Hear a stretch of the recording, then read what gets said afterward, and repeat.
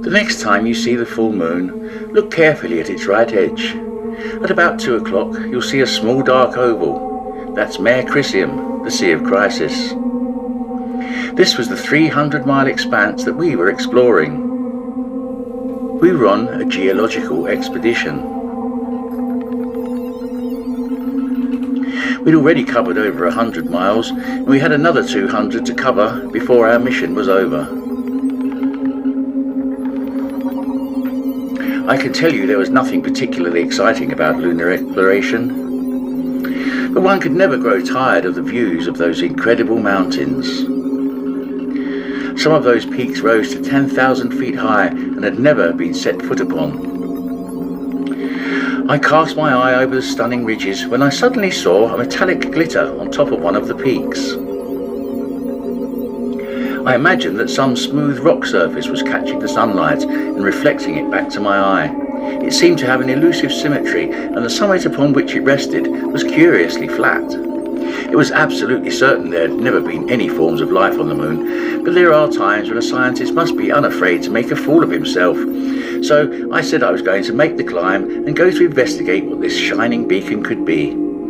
I could be there and back in about 20 hours. 2 of us made that long ascent. It was a long climb, but climbing is easy on a world where all weights are only 1/6 of their normal value.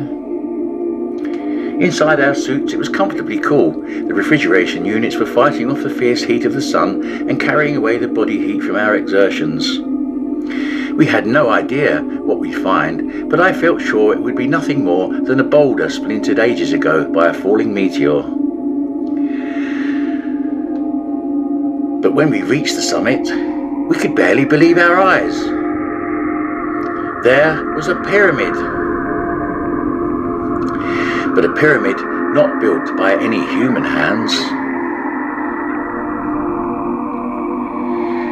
We both stood and stared in awe. A pyramid on the moon.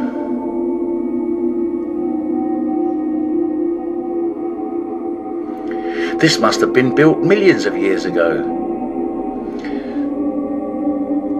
Who could have built it? An advanced race of beings from the stars?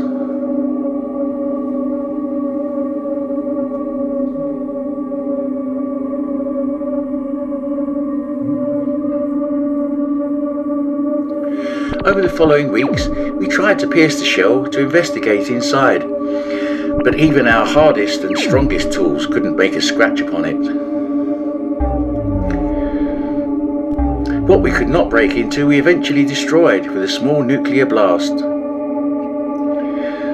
But the technologies we discovered inside were equally meaningless to us, built by beings still vastly beyond our level of advancement.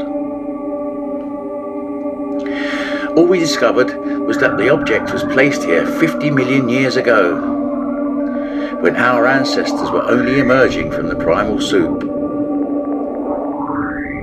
We discovered that its purpose was as a sentinel, put in place ready to be found when Earth's civilization had reached out beyond its home planet. It had been sending signals into the stars before we destroyed it, but now those signals had stopped. We've set off a fire alarm and have nothing to do but wait. I don't think we'll have to wait too long.